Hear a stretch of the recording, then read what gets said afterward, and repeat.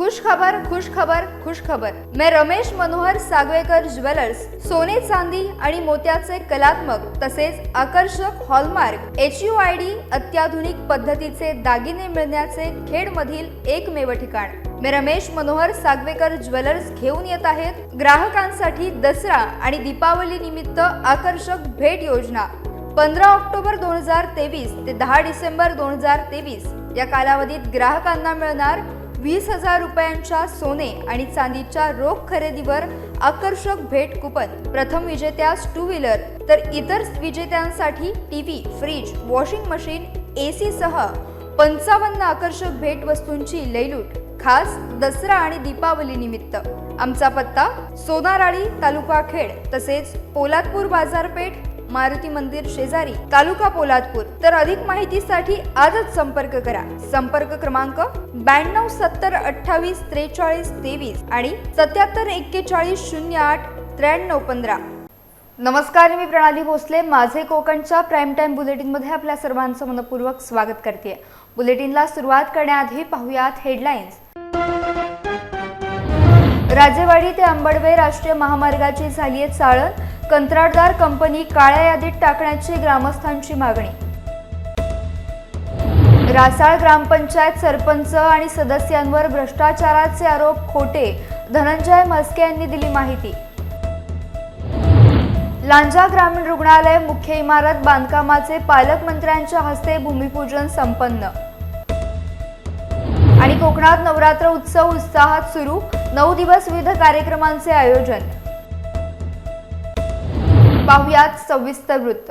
Bharat Ratna doctor Babasaheb Ambedkar यांचं जन्मस्थळ असलेल्या अंबडवे या ऐतिहासिक गावाला जोडणारा आणि कोकणाला नव्याने ओळख निर्माण करून देणारा पंढरपूर ते अंबडवे हा 412 कोटी रुपयांच्या राष्ट्रीय महामार्गाचं काम पहिल्या टप्प्यात राजेवाडी ते अंबडवे या 65 किलोमीटर अंतरामध्ये रायगड आणि रत्नागिरी जिल्ह्यांमधून सुरू आहे। मात्र काम करत असलेल्या अक्षय कन्स्ट्रक्शन कंपनीनं हे काम बोगस केलं असून म्हाप्रळ ते चिंचाली खाडीपट्टा विभागात नव्यानं केलेल्या PQCची अक्षरशः चाळण झाली आहे। त्यामुळे स्थानिक नागरिक आता आक्रमक झालेत। कोकणाला जोडणारा आणि भारतरत्न डॉक्टर बाबासाहेब आंबेडकर यांचा मूळ गाव समजल्या जाणाऱ्या अंबडवे गावाला हा घेऊन जाणारा राष्ट्रीय महामार्ग म्हणजेच पंढरपूर ते अंबडवे। मात्र या अंबडवे आणि पंढरपूर या राष्ट्रीय महामार्गाचा जो पहिला टप्पा आहे तो राजेवाडी ते अंबडवे। मात्र राजेवाडी ते अंबडवे या राष्ट्रीय महामार्गाचं काम गेल्या 2 ते 3 वर्षापासून सुरू आहे। अद्याप कोणत्याही पद्धतीनं किंवा कोणत्याही कंपनीला हा राष्ट्रीय महामार्ग पूर्ण करण्यासाठी यश येत नाही। आत्ताच या हायवेचं काम करणारी कंपनी म्हणजेच अक्षय कन्स्ट्रक्शन, मात्र अक्षय कन्स्ट्रक्शन कंपनीचा देखील बोगस कारभार या ठिकाणी उघड आलेला आहे। मागील पावसामध्ये त्यांनी तयार करण्यात आलेला जो महाप्रळ ते शेणाले हा जो PQCचा जो भाग आहे तो देखील अवघ्या महिनाभरात उतरल्याचं दृश्य माझ्या मागे जर तुम्ही बघितलात तर अशा ठिकाणचे एकूण 40 ते 41 ठिकाणी असे प्रकार झाले आहेत। या कामाची क्वालिटी या कामावरनं दिसून येते। त्यामुळे मोठ्या पद्धतीनं या ठिकाणी प्रश्न निर्माण झालेला आहे की या कंपनीकडून करण्यात आलेला जो काम आहे तो पूर्णतः बोगस पद्धतीने होत आहे। या कामाची क्वालिटी या ठिकाणी कुठल्याच पद्धतीने दिसत नाही। त्यामुळे संबंधित विभागाचे अधिकारी हे अद्याप बघ्याच्या भूमिकेत आहेत का असा देखील सवाल येथील नागरिक उपस्थित करतात। की जे काम चालले हा अतिशय मी स्वतः माझ्या नजरेने अनेक वेळा पाहिलेलं आहे। जागोजागी म्हणजे आत्ता नवीन सदर चालू असलेला कामसुद्धा म्हणजे मागच्या 2 महिन्याआधी झाला आणि आत्ता तो काम उघडलेला आहे। म्हणजे ह्याच्या पुढे तो किती वर्ष चालणार ह्याची काय शाश्वती देता येत नाही। म्हणजे एवढा अत्यंत निकृष्ट दर्जाचं काम चाललेलं आहे। त्याच्यावर म्हणजे ह्याचा अधिकारी वर्गांचं लक्ष नाही। कॉन्ट्रॅक्टरला जसा वाटतोय तसा ते काम करतोय। तुम्ही जाऊन नजरेने पाहू शकता त्या आतमध्ये जे कॉन्क्रीटीकरण करतात आहेत त्याच्यामध्ये जे सल्या टाकले आहेत खरोखर आतमध्ये जशा पाहिजे तशा टाकलेल्या आहेत काय तर नाही, फक्त बाहेर त्या दिसतात आहेत की हो आतमध्ये स्टील वगैरे टाकलेलं आहे, परंतु ते आतमध्ये स्टील वगैरे काहीच टाकलेलं नाही माझ्या माहितीप्रमाणे आणि मी बघितल्याप्रमाणे। तर हे जे काम चाललेलं आहे ह्या रस्त्याचा हे अगदी निकृष्ट दर्जाचं काम चाललेलं आहे। सन्माननीय नितीन गडकरी साहेबांनासुद्धा माझी विनंती राहील, इथले सार्वजनिक बांधकाम मंत्री जे आहेत रवींद्र चव्हाण साहेब आणि राज्य शासनालासुद्धा संपूर्ण आणि इथल्या प्रशासनाला सुद्धा की ह्या चालू असलेल्या रस्त्याच्या कामावर दक्षता ठेवावी आणि त्याची वेळीच दखल घेऊन चांगल्या प्रकारे भ्रष्टाचार न होता चांगल्या दर्जाचं काम या रस्त्याचा झाला पाहिजे, अशीच मी एक नागरिक म्हणून अपेक्षा करतो आणि विनंती करतो शासनाला की ह्याच्यामध्ये वेळीच दखल घेऊन ते वेळीच म्हणजे दिलेल्या टायमामध्ये काम पूर्ण होईल. अन्यथा आम्ही सर्व पक्षीय स्थानिक नागरिक मग कुठल्याही जाती धर्माचा असो, आम्ही जर काम वेळीच पूर्ण जर नाही झाला तर आम्ही वेळ पडल्यास आंदोलन करू आणि शासनाला जाब विचारल्याशिवाय आम्ही राहणार नाही. नुकतंच आपण स्थानिक लोकप्रतिनिधी असतील यांच्याकडनं थेट या कामाच्या दर्जाबाबत जाणून घेतलं. कुठंतरी या कामाची दर्जा कुठंतरी खालावलेला दिसतोय. काम करीत असलेल्या अक्षर कन्स्ट्रक्शन कंपनीकडून बोगस कारभार सुरू असल्याचा आरोप देखील येथील आपण स्थानिक नागरिकांच्या प्रतिक्रियेतनं जाणून घेतला. कोट्यावधी रुपयांचा या ठिकाणी खर्च झालेला आहे, मात्र या कोट्यावधी रुपयांप्रमाणे कामाचा दर्जा हा कुठेच दिसत नाहीये. त्यामुळे अक्षर कन्स्ट्रक्शन कंपनी ही काम करीत असलेल्या कंपनीबाबत मोठ्या पद्धतीने या ठिकाणी शंका निर्माण झाली आहे. संबंधित विभागाचे अधिकारी असतील यांनी देखील या रस्त्याची पाहणी करावी आणि मला वाटतं 40 ते 45 ठिकाणी अशी खराब अवस्था या ठिकाणी झालेली आहे. त्यामुळं कंपनी नक्कीच हा बोगस कुठेतरी काम करत असल्याचा या ठिकाणी स्थानिक नागरिक दावा करतायत. लवकरात लवकर अधिकारी वर्गांनी याची पाहणी करावी आणि संबंधित कंपनीवर कारवाई करावी, अन्यथा उपोषणाला सामोरे जा असा इशारा देखील थेट येथील जनतेतून होताना दिसतोय. कॅमेरामॅन अक्रम जटामसह मी गणेश मापळकर, माझे कोकण, रायगड. बारामतीतील रेडबर्ड फ्लाइट ट्रेनिंग सेंटरच्या विमानाचाच पुन्हा अपघात झालाय. या विमानात एक पायलट ट्रेनर आणि प्रशिक्षणार्थी होता. यांना किरकोळ दुखापत झाली असून त्यांना खासगी रुग्णालयात दाखल करण्यात आलंय. बारामती तालुक्यातील गाडीखेल परिसरात आज सकाळी हा अपघात झालाय. रेडबर्ड फ्लाइट ट्रेनिंग सेंटरच्या BT-RBT या विमानाचा तांत्रिक बिघाड झाल्यानं हे विमान कोसळून नुकसान झालंय. तर रायगडच्या सुधागड तालुक्यातील राजकीयदृष्ट्या महत्त्वपूर्ण आणि आर्थिकदृष्ट्या सधन असलेल्या ग्रुप ग्रामपंचायत रासळच्या निवडणुकीत सरपंच पदाचे उमेदवार सुवर्णा नरेंद्र खाडे आणि सर्व सदस्य यांना निवडून आणण्यासाठी रासळ ग्रामपंचायतीतील जनतेनं एकजूट केली आहे. त्यामुळे भारतीय जनता पार्टीचे सर्व उमेदवार प्रचंड मताधिक्याने विजयी होतील असा विश्वास व्यक्त केला जातोय.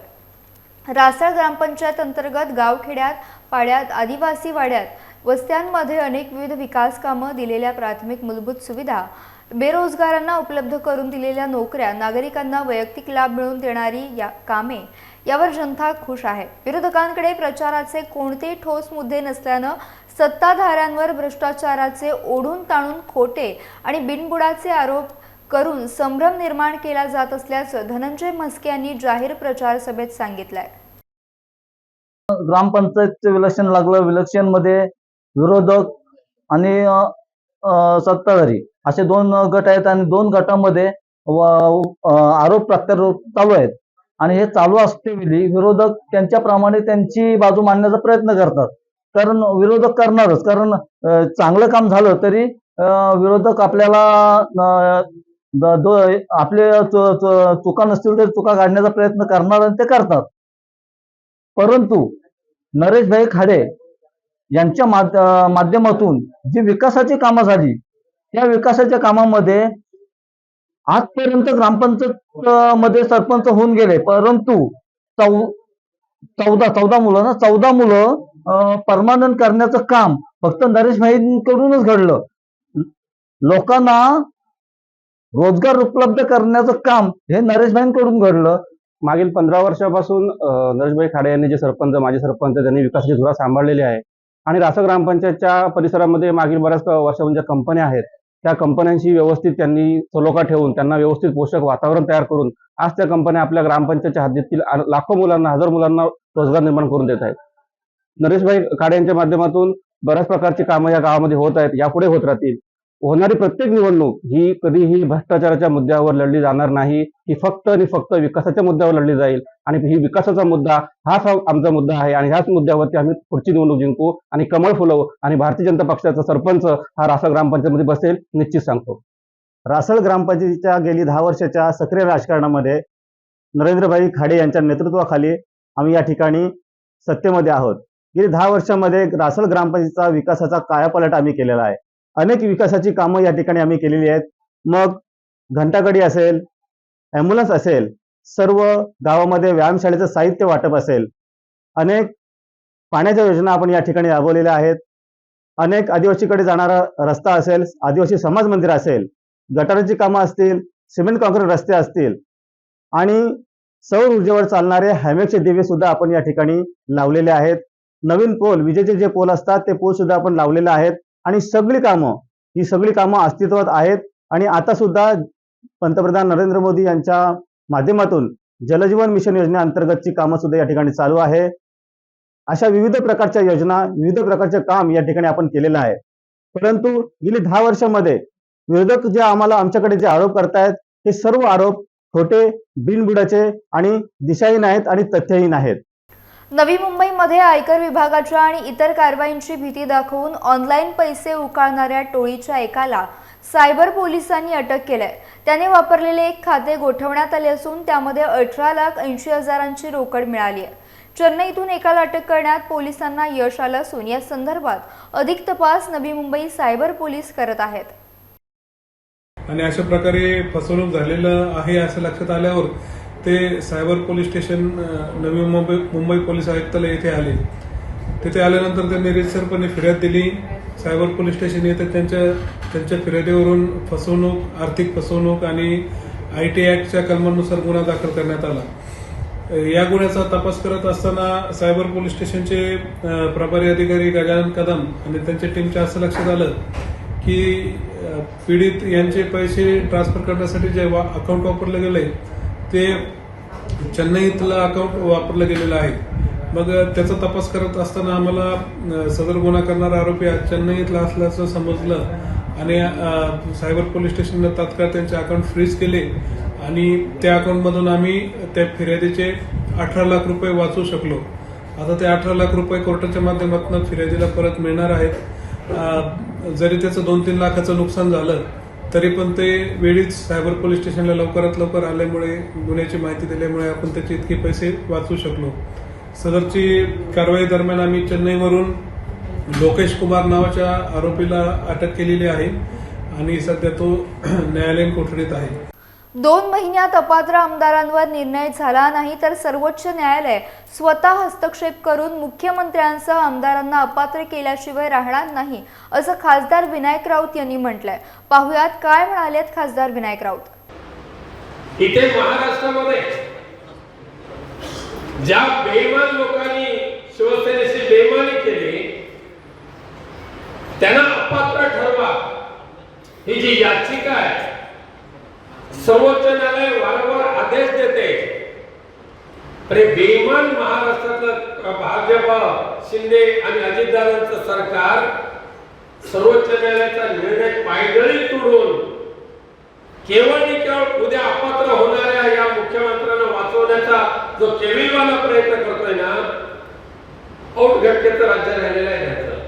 आता सर्वोच्च न्यायालयाने सांगून टाकलेलं आहे यापुढे संविधानाचा चोळामोळा करण्याचा अधिकार आम्ही कोणाला देणार नाही. जर या 2 महिन्यामध्ये निर्णय नाही झाला तर स्वतः सर्वोच्च न्यायालय हस्तक्षेप करेल आणि मुख्यमंत्री एकनाथ शिंदे सहित सर्वांना अपात्र ठरवल्याशिवाय राहणार नाही असं मी तुम्हाला खात्रीने सांगतो. देशाचे पंतप्रधान नरेंद्र मोदी यांच्या दुर्दैवानं सिंधुदुर्गचे नेते नारायण राणे मंत्री झालेत. मात्र त्यांची लोकसभेत भाषणं करताना कशी विकेट उडते ते तुम्ही पाहिलेत अशी घणाघाती टीका खासदार विनायक राऊत यांनी केली आहे. नारायण राणेंनी फडणवीस हा शब्द उच्चारला तर त्यांना 1 लाख रुपये देईन अशी मिश्किल टिप्पणी देखील त्यांनी राणेंवर केली आहे. हा इथला आपल्या सिंधुदुर्गातला एक मोठे नेते नरेंद्र मोदी साहेबांच्या दुर्दैवाने ते केंद्रीय मंत्रिपदामध्ये गेले आणि कशी विकेट उडते लोकसभेमध्ये तुम्ही पाहिलंय. म्हणून मागच्या वेळेला मी सांगितलं होतं की माननीय मंत्री नारायण राणेंनी फडणवीस हा शब्द उच्चारून दाखवा, 1 लाख रुपये बक्षीस देऊ. बाकीचं तर सोडूनच द्या, इंग्रजी शब्द तर सोडूनच द्या. लोकसभेमध्ये ज्या पद्धतीने भंबेरी उडाली आम्हाला वाईट वाटलं. आपल्या कोकणातले एवढे मोठे विचारवंत होऊन गेले, त्याच कोकणातलं हे शेंडेफळ अशा पद्धतीने नरेंद्र मोदींचं मंत्रिमंडळात बसलंय. धड हिंदी नाही, इंग्रजीचा तर पत्ताच नाही, मराठी सुद्धा नाही, पण ती चंबूरच्या नाक्यावरची भाषा मात्र अजून कायम आहे. शालेय शिक्षण मंत्री दीपक केसरकर हे एक मोठे विचारवंत असून ते शिवसेनेत येऊन आम्हाला शिकवतात शिवसेना म्हणजे काय, अशी टीका ठाकरे गटाचे खासदार विनायक राऊत यांनी केली आहे। ज्या पक्षानं वाढवलं त्या पक्षाशी प्रामाणिक राहिलं नाही, मात्र आम्हाला निष्ठेची भाषा शिकवायला केसरकर आल्यात। शरद पवार उद्धव ठाकरे यांनी राजकारणात आर्थिक आणि राजकीय श्रेय स्थापन करून दिलं, त्यांच्याशी प्रामाणिक राहिला नाहीत, अशी घणाघाती टीका विनायक राऊत यांनी दीपक केसरकर यांच्यावर कुडाळ येथे केली आहे। केवढं मोठं शिवसेनेचा अभ्यासक सावंतवाडीकर आम्हाला शिकवतात शिवसेना म्हणजे काय, आम्हाला शिकवतात वडापाव म्हणजे काय, आम्हाला शिकवतात निष्ठा म्हणजे काय। अरे काहीतरी जनाची नाही तर मनाची तर लाज ठेवा। ज्या पक्षाने तुम्हाला वाढवलं, ज्या शरद पवार साहेबांनी तुम्हाला आर्थिक स्थैर्य प्राप्त करून दिलं, त्यांच्याशी तुम्ही प्रामाणिक राहिला नाही। ज्या उद्धव साहेबांनी तुम्हाला राजकीय सत्ता प्राप्त करून दिली, त्या उद्धव साहेबांशी तुम्ही प्रामाणिक राहिला नाही। ज्या एकनाथ शिंदेने तुम्हाला मंत्रीपद दिलेलं आहे, त्यांच्याशी सुद्धा तुम्ही प्रामाणिक राहणार नाही। की उद्याच्या निवडणुकीमध्ये जर यदा कदाचित राजन तेलींनी विकेट नाही घेतली तर हे भाजपकडूनच देवेंद्र फडणवीस यांच्याकडूनच उमेदवारी घेतली। आता चाललंय लोकसभेला राहू की नको,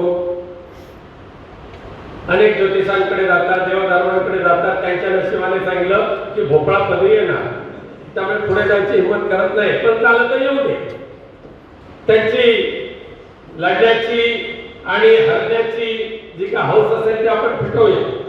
लांजा येथील ग्रामीण रुग्णालयाच्या मुख्य इमारतीच्या बांधकामाचे भूमिपूजन पालकमंत्री उदय सामंत यांच्या हस्ते कोनशिलेचे अनावरण करून झाले। इमारतीचा तळमजला, पहिला मजला आणि दुसरा मजला असे एकूण 3218.6 चौरस किलोमीटर बांधकाम असणार आहे। रेन वॉटर हार्वेस्टिंग, पार्किंग सुविधा देखील असणार आहे। 10,10,47,063 रुपये यासाठी अंदाजपत्र असून 24 महिन्यांचा कालावधी आहे। आजच्या या भूमिपूजन समारंभास मुख्य कार्यकारी अधिकारी कीर्तिकिरण पुजार, अपर जिल्हाधिकारी शंकर बर्गे, उपसंचालक डॉक्टर प्रेमचंद कांबळे, जिल्हा शल्यचिकित्सक डॉक्टर संगमित्रा फुले, सार्वजनिक बांधकाम विभागाच्या अधीक्षक अभियंता छाया नाईक, जिल्हा आरोग्य अधिकारी डॉक्टर अनिरुद्ध आठवले आदी उपस्थित होते। महाराष्ट्र राज्य क्रीडा आणि युवक सेवा संचालनालयातर्फे जिल्हा क्रीडा कार्यालय कोल्हापूर येथे वेटलिफ्टिंग असोसिएशन आयोजित विभागीय शालेय स्पर्धेत संघरत्न राजेंद्र सावंत यांनी 17 आणि 19 वर्षे वयोगटात 80 किलो वजन उचलून कांस्य पदक मिळवले आहे। संघरत्न सेंट थॉमस स्कूलचा विद्यार्थी आहे। क्रीडा शिक्षक अजित दावडे यांचे त्याला मार्गदर्शन लाभले आहे। विभागीय स्तरावर मिळवलेल्या यशाबद्दल संघरत्न याचे सर्वच स्तरातून कौतुक करण्यात येत आहे। दैनंदिन अभ्यासाबरोबर तो वेटलिफ्टिंगचा सराव सातत्याने करत आहे।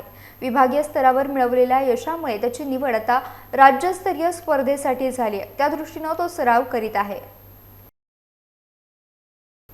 23 वर्षीय केमिकल इंजिनियर असणारा रोविंग सनोज हा युवक पायी चालत भारत भ्रमण करतोय।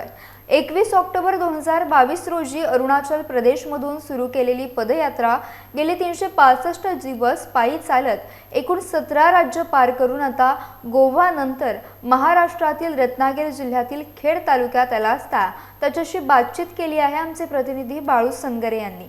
यहाँ पे मैं आया हूँ और इस समय रत्नागिरी डिस्ट्रिक्ट में हूँ और मेरी यात्रा 21 अक्टूबर को स्टार्ट हुआ। अरुणाचल प्रदेश, नागालैंड, मणिपुर, असम, बंगाल, बिहार, झारखंड, उड़ीसा, छत्तीसगढ़, आंध्रा, तेलंगाना टू आंध्रा, कर्नाटका, तमिलनाडु, कर्नाटका, केरला से कर्नाटका आया, कर्नाटका से गोवा, गोवा से मैं महाराष्ट्र में हूँ, महाराष्ट्र से मैं गुजरात जाऊँगा, मध्य प्रदेश, राजस्थान, दिल्ली, हरियाणा, पंजाब, जम्मू कश्मीर, लद्दाख, हिमाचल, उत्तराखंड, उत्तर प्रदेश, गोरखपुर, कुशीनगर, ग्राम धर्मपुर पर्वत में मैं जाके मेरी यात्रा समाप्त होगी। मैं क्लास 9th में था तो मेरे स्कूल के द्वारा टूर जाता था। एसएन सिंह डिफेंस एकेडमी का स्कूल का नाम था। वहाँ से क्लास 9th में था तो टूर गया उत्तर प्रदेश की राजधानी लखनऊ और वहाँ से मुझे घूमने का शौक़ हुआ, देश के बारे में जानने की शौक़, क्योंकि पढ़ना और देश के बारे में जानना। जैसे मैं यहाँ पे आया हूँ तो महाराष्ट्र के लोग इतना सपोर्ट कर रहे हैं, इतना प्यार दे रहे हैं, कहीं भी महसूस नहीं हो रहा है कि मैं घर से बाहर निकला हूँ। कहीं रहने का, कहीं व्यवस्था हो जा रहा है खाने का। इतना एक मम्मी है कुडाल में, वो इतना सपोर्ट के सुबह शाम फ़ोन करते, जिसके यहाँ रहा हूँ वो फ़ोन करके कहाँ पहुँचे हो। तो इतना प्यार आपके यहाँ महाराष्ट्र में मिल रहा है। शिवाजी का जो धरती है वो वैसा है, सेम यहाँ के लोग भी वैसे ही हैं इस समय। रायगड जिल्ह्यातील पेण पूर्व विभागात मावळा प्रतिष्ठानतर्फे रुग्णवाहिकेचा लोकार्पण सोहळा संपन्न झाला। मावळा प्रतिष्ठान या रुग्णवाहिकेच्या माध्यमातून तालुक्यातील सर्व रुग्णांना मोफत सेवा देणार आहे। यावेळी कार्यक्रमाला आमदार रवी पाटील, धैर्यशील पाटील, जिल्हा परिषद सभापती नीलमताई पाटील, ॲडव्होकेट प्रवीण ठाकूर, प्रांताधिकारी प्रवीण पवार, तहसीलदार स्वप्नाली डोईफोडे, पेण पोलीस स्टेशनचे देवेंद्र पोळ, अपघातांचे वारी कल्पेश ठाकूर, रघुनाथ दळवी, समीर म्हात्रे, उद्योजक राजू पिचिका आदी उपस्थित होते। नसेल आपण छत्रपती शिवाजी महाराजांना मानणारी माणसं, आपण सरदारांना मानणारी माणसं, आपण सेनापतींना मानणारी माणसं, मग आपण काय करायला पाहिजे? तर ज्या निष्ठेने, ज्या प्रामाणिकपणाने मावळा लढला, त्या मावळ्याचं नाव कधी येत नाही। तुम्ही बघितलं तर सरसेनापतीचं नाव येईल, सरदारांचं नाव येईल, पण हा मावळा होता हे नाव नाही येणार। पण कामगिरी चोख करणारा कोण होता? तर मावळा होता। तर मी यांना हेच सांगितलं, जो पण याच्यामध्ये काम करेल तो समान पातळीवरती करेल, जो कार्य करेल तो जर काय तुमची कुठलीही त्याच्यामध्ये फळाची अपेक्षा नसेल तर आपण काम करूया मावळ्यासारखं। कोणी केलं तर जगाने बोललं पाहिजे की मावळा प्रतिष्ठानने काम केलं, तिथं कुठं मंगेशबाई येता कामा नाही। आणि त्या दिवशी यांनी ही गोष्ट ऍक्सेप्ट केली आणि ऍक्सेप्ट केल्याच्या नंतर या गोष्टीला दादा सुरुवात झाली। परंतु या ॲम्ब्युलन्स मध्ये वेदना चेहऱ्यावरती घेऊन बसलेला माणूस ज्यावेळी ॲम्ब्युलन्स मध्ये या ठिकाणी टाकला जाईल आणि तो असाच दवाखान्यामध्ये नेला जाईल, तो तसाच दवाखान्यातून हसऱ्या चेहऱ्यानं या ठिकाणी आपल्या पोराबाळांमध्ये यावा, अशा पद्धतीची मी प्रार्थना देवाला या ठिकाणी करेन। मित्रांनो, गोष्ट खरी आहे, हा पूर्व भाग हा अनेक चांगल्या वारशानं या ठिकाणी आपल्याला या ठिकाणी मिळालेला आहे। पिढ्यानपिढ्या चांगला वारस या ठिकाणी पहिल्या पिढीनं दुसऱ्या पिढीला इथे दिलेला आहे। आणि मला तुमच्या मावळा प्रतिष्ठानच्या संदर्भामध्ये तुम्हा सर्व मंडळींचं कौतुक करायचं आहे की तुम्ही मंगेशबाईच्या पुढारपणाखाली तुम्ही सर्व मंडळी एक चांगला विचार घेऊन या ठिकाणी चाललेला आहात। शैक्षणिक, क्रीडा याच्यामध्ये तर तुम्ही काम कराच, ते तर तुम्ही करालच। रत्नागिरी जिल्ह्यातल्या खेडमधील कोतवली गावच्या ग्रामदेवतेच्या मंदिरामध्ये गेली 9 दिवस नवरात्र उत्सव मोठ्या उत्साहात साजरा केला जात आहे। यावेळी विविध सामाजिक कार्यक्रम देखील आयोजित करण्यात आले होते। त्याचप्रमाणे मंदिरामध्ये नवरात्र उत्सवानिमित्त महिलांचे गरबा नृत्य आणि पारंपरिक बाल्या डान्स, जाखडी नृत्याचे विविध पारंपरिक खेळ आणि नाच आयोजित करण्यात आले आहेत। रत्नागिरी जिल्ह्यातल्या खेड तालुक्यातील चाकाळे गावची ग्रामदेवता श्री महालक्ष्मी जागमातेचा नवरात्रोत्सव मोठ्या उत्साहाच्या वातावरणात सुरू आहे। नवसाला पावणाऱ्या आणि हाकेला धावणाऱ्या आई महालक्ष्मी जागमातेच्या घटस्थापनेपासून सुरू झालेला हा उत्सव दसऱ्यापर्यंत विविध कार्यक्रमांनी साजरा होतोय। गावातील ग्रामस्थ मोठ्या उत्साहाने या उत्सवात सहभागी होत असून या ठिकाणी सांस्कृतिक कार्यक्रमांचे आयोजन मंदिर देवस्थान कमिटीच्या वतीनं करण्यात आले आहे। मंदिरात भजन, कोकणी नाच, गरबा, विविध कार्यक्रम मोठ्या आनंदाने साजरे केले जात आहेत।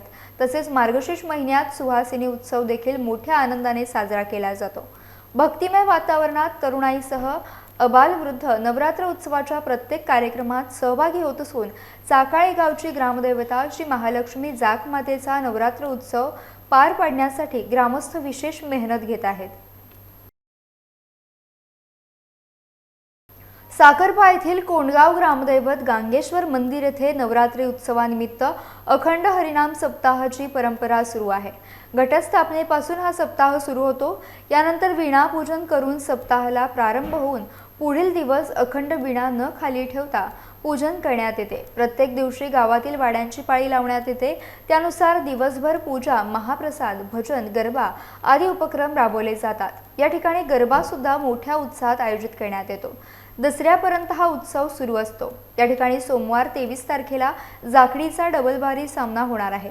लांजातील शाहीर अविनाश वीर आणि खेडमधील शाहीर योगेश मुकनाक यांमध्ये हा डबलबारी सामना होणार आहे। या कार्यक्रमाला उपस्थित राहण्याचे आवाहन आयोजकांकडून करण्यात आले।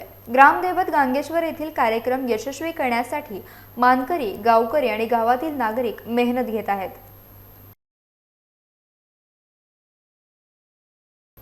यासह बुलेटिनमध्ये वेळ झाली इथेच थांबण्याची. भेटूयात नवीन बुलेटिनसह. तोपर्यंत तुम्ही कुठेही जाऊ नका. पाहत रहा फक्त माझे कोकण.